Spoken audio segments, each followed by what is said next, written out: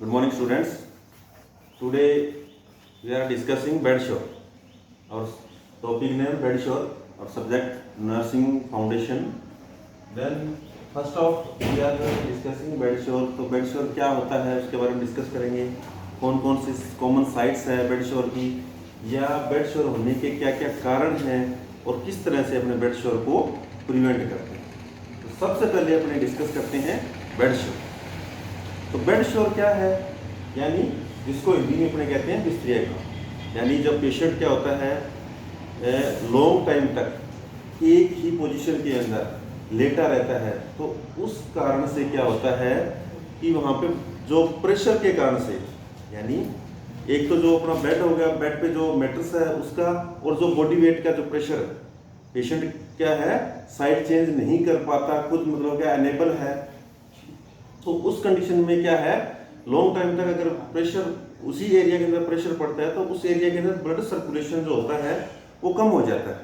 क्योंकि वहाँ जो क्या है प्रेशर के कारण से क्या होता है, ऑक्सीजन जो ब्लड सर्कुलेशन होगा नहीं, ब्लड सर्कुलेशन न होने के कारण जो अपने बॉडी के अंदर टिश्यू है, टिश्यू को क्या है ऑक्सीजन नहीं मिल पाएगी, तो वहाँ क्या है टिश्यू वो क्या नेक्रोसिस हो जाएगा. यानी वहाँ सर्कुलेशन न होने के कारण से वो क्या होता है बंद हो जाता है. तो वो एरिया क्या हो जाता है गलने लग जाता है, नेक्रोसिस हो जाता है, जिसको अपने कहते हैं नेक्रोसिस.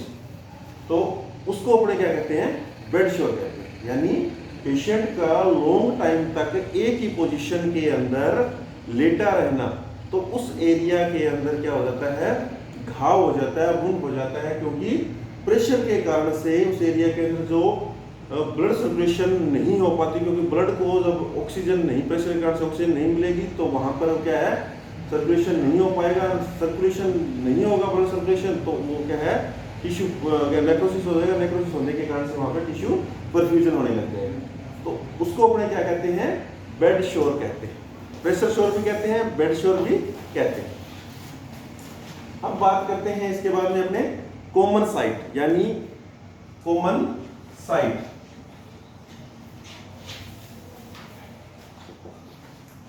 कॉमन साइट कौन कौन सी है बेड शोर होने की. यानी पेशेंट क्या होता है लॉन्ग टाइम तक, मतलब क्या कॉमन साइट, जैसे पेशेंट क्या, जैसे अपने स्पाइन पोजीशन के मान लो, स्पाइन पोजीशन के अंदर है पेशेंट,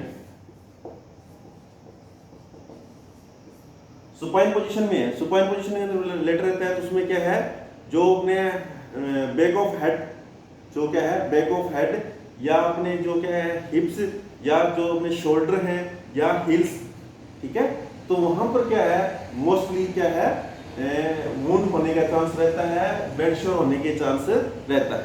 यानी पेशेंट जो है कोशिश पेशेंट है, या पेशेंट क्या है पैरालिसिस का पेशेंट है, ठीक है, पेशेंट क्या है खुद क्या है हिलडुल नहीं सकता, अपनी पोजीशन को चेंज नहीं कर सकता, लॉन्ग टाइम तक पोजीशन में पड़ जाता है. तो यानी सुपाइन पोजीशन है, तो सुपाइन पोजीशन के अंदर क्या है बैक ऑफ हेड, दूसरा हिप्स, तीसरा शोल्डर, और चौथा क्या है अपने क्या हिल्स. तो वहाँ क्या है होने के चांसेस ज़्यादा रहते हैं बेड शोर, क्योंकि वहाँ पर क्या है क्योंकि यही प्रेशर शोर होते हैं. तो लॉन्ग टाइम तक अगर इस पोजीशन में रहेगा तो पेशेंट को शोर होने के चांसेस ज़्यादा रहते हैं. ठीक है. अब इसके बाद में दूसरा जो पेशेंट के लेटरल पोजीशन के अंदर होता है, लेटरल पोजीशन में होता है तो उसमें क्या है उसको जैसे ईयर, ठीक है, लेफ्ट लेटरल या कोई भी राइट लेटरल है, तो उस पोजीशन के अंदर क्या है उसका फेस, एक साइड का शोल्डर, ठीक है, और क्या है फिट. तो इसको क्या है होने के चांसेस ज्यादा रहते हैं बेड शोर होने की. तो कॉमन साइट के अंदर बात करते हैं तो मोस्टली क्या स्पाइन पोजीशन के अंदर पेशेंट होता है, तो उसमें घाव होने के चांसेस रहते हैं. तीसरी से बात करते हैं अपने इसमें कौन कौन से कारण क्या है प्रेशर शोर, ये मतलब क्या क्या कॉज क्या है बेड शोर होने के, प्रेशर शोर होने के क्या क्या कारण हो सकते हैं. प्रेशर, यानी प्रेशर मेन कारण क्या है इसका प्रेशर, यानी दबाव. दबाव किस चीज का, जब पेशेंट क्या होता है बेड पे होता है तो मैट्रेस हार्ड होने के कारण से, मैट्रेस हार्ड होने से और बॉडी वेट के कारण से उसको जो प्रेशर होता है तो वहाँ क्या क्या सर्कुलेशन नहीं हो पाता, वो एरिया नमनेस हो जाता है, सर्कुलेशन नहीं हो पाने के कारण से ब्लड सप्लाई नहीं होगी, तो वहाँ पे प्रेशर के कारण से क्या घाव हो जाता है. दूसरा फ्रिक्शन. फ्रिक्शन क्या होता है घर्षण किसी चीज का, जैसे कोई बेड लिनन है, मैट्रेस पे बेड लिनन है या रिंकल्स है, ठीक है, तो उस कारण से क्या होता है घाव हो जाता है. रिंकल्स के कारण से क्या फ्रिक्शन होने के कारण से क्या है घाव हो जाता है उस एरिया के अंदर. ठीक है। तीसरा क्या है, मॉइस्चर, जैसे पेशेंट क्या है, अनकॉन्शियस है, अनेबल है, जो पेशेंट स्टूल यूरिन है, पेशेंट की स्वेटिंग हो रहा है, प्रॉपर वेंटिलेशन नहीं है, तो मॉइस्चर के कारण से भी क्या है बेड शोर हो जाता है। तो मॉइस्चर भी इसका क्या है एक कारण है। इसके अलावा क्या है, प्रेजेंस ऑफ पैथोजेनिक ऑर्गेनिज्म, कोई भी इन्फेक्शन, बैक्टीरियल वायरल इन्फेक्शन होने के, कोई घाव हो जाता है तो उसमें क्या इन्फेक्शन होने के कारण से भी क्या है ये बेड शोर हो जाता है। इसके अलावा जो कॉमनली क्या क्या कारण हो सकते हैं, ओबेसिटी, ठीक है, ओबेसिटी भी क्या है बेड शोर होने का कारण है। ओडिमा, इन्फ्लेमेशन होना है भी क्या इसका कारण है। इंपेयर्ड सर्कुलेशन प्रॉपर नहीं हो रहा, उस एरिया के अंदर सर्कुलेशन नहीं होता, तो भी क्या है बेड शोर होने का वो कारण। तो मेनली क्या है, pressure, fraction, moisture, presence of pathogenic organism, obesity, oedema, impaired circulation, तो ये क्या है बेड शोर होने के कारण, ठीक है। अब इसके बाद में अपने डिस्कस करते हैं किस तरह से इसको अपने प्रिवेंट कर सकते हैं। प्रिवेंशन ऑफ बेड शोर, किस तरह से उसको प्रिवेंट कर सकते हैं बेड शोर को, प्रिवेंशन की बात करते हैं। प्रिवेंशन ऑफ बेड शोर यानी किस तरह से उसको अपने रोक सकते हैं बेड शोर को। तो सबसे पहले अपने क्या करते हैं, क्लाइंट को आइडेंटिफाई करते हैं, आइडेंटिफिकेशन ऑफ द क्लाइंट।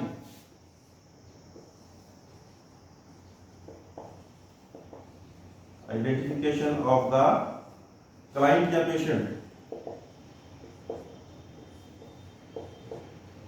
यानी कौन सा पेशेंट है उसको आइडेंटिफाई करते हैं, किस टाइप का उसको बेड शोर है, ठीक है, पेशेंट पोजीशन ले रहा है कि नहीं ले रहा है, कॉन्शियस है अनकॉन्शियस है। तो सबसे पहले अपने मेन रिस्पॉन्सिबिलिटी है प्रिवेंशन के अंदर आइडेंटिफिकेशन द क्लाइंट। फिर दूसरा क्या करते हैं अपने daily examination of the patient, daily examination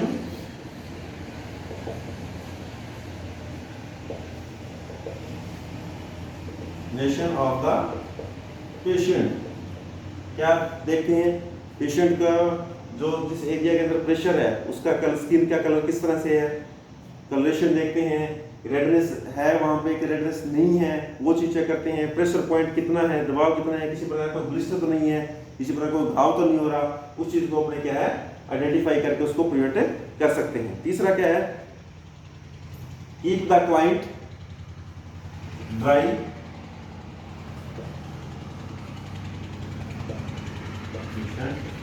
dry, patient को अपने क्या है ड्राई और क्लीन रख के उसको बचा सकते हैं, उसको प्रिवेंट कर सकते हैं। अगर पेशेंट ड्राई रहेगा और क्लीन रहेगा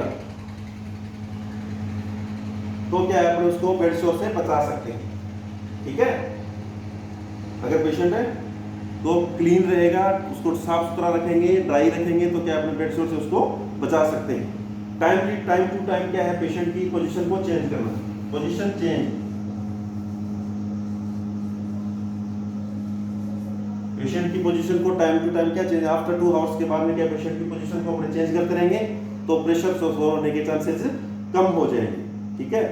इसके अलावा क्या है, use of bed cradle, bed cradle का अपने यूज करते हैं तो क्या है उसको क्या है पेशेंट को पोजीशन देते रहते हैं टाइम टू टाइम। क्या है आजकल जो क्या है जो लेटेस्ट बेड आते हैं, ठीक है, तो उसमें क्या है बेड क्रेडल के कारण से क्या उसको टाइम टू पोजीशन देना, या जो बैकरेस्ट होता है, ठीक है, तो उस कारण से क्या है पेशेंट को अपने बेड शोर से प्रिवेंट कर सकते हैं। इसके अलावा कीप ल्यूब्रिकेशन, ल्यूब्रिकेट करके, यानी जिस एरिया के अंदर शोर हो रहा है, घाव हो रहा है, तो उसमें तो उसको ल्यूब्रिकेट करके, या किसी फ्रिक्शन के कारण से हो रहा है तो उसको क्या ल्यूब्रिकेट करके अपने उसको क्या बेड शोर से बचा सकते हैं। इसके अलावा जो क्या है, इसके अलावा जो लुब्रिकेट करने से जो स्किन को क्या है प्रोटेक्ट अपने कर सकते हैं, क्योंकि लुब्रिकेट जैसे कोई पेशेंट क्या है यूरिन पास आउट करता है या स्वेटिंग के कारण से उसको उस एरिया को हमने क्या है लुब्रिकेट कर सकते हैं, ठीक है। इसके अलावा क्या क्या कर सकते हैं अपने, इसके अलावा क्या है पेशेंट को अपने एडिक्वेट मात्रा में फ्लूइड प्रोवाइड करके, प्रोवाइड एडिक्वेट फ्लूइड, यानी न्यूट्रिशनल लेवल को उसको बढ़ा करके फ्लूइड प्रोवाइड करके अपने क्या उसको बेड शोर से प्रिवेंट कर सकते हैं। इसके अलावा प्रोवाइड जो अपने पेशेंट को बेड प्रोवाइड करते हैं वो क्या है, रिंकल फ्री होना चाहिए, उसमें किसी प्रकार के रिंकल्स नहीं होना चाहिए, और क्या है जिससे कि क्या है पेशेंट को फ्रैक्शन ना हो।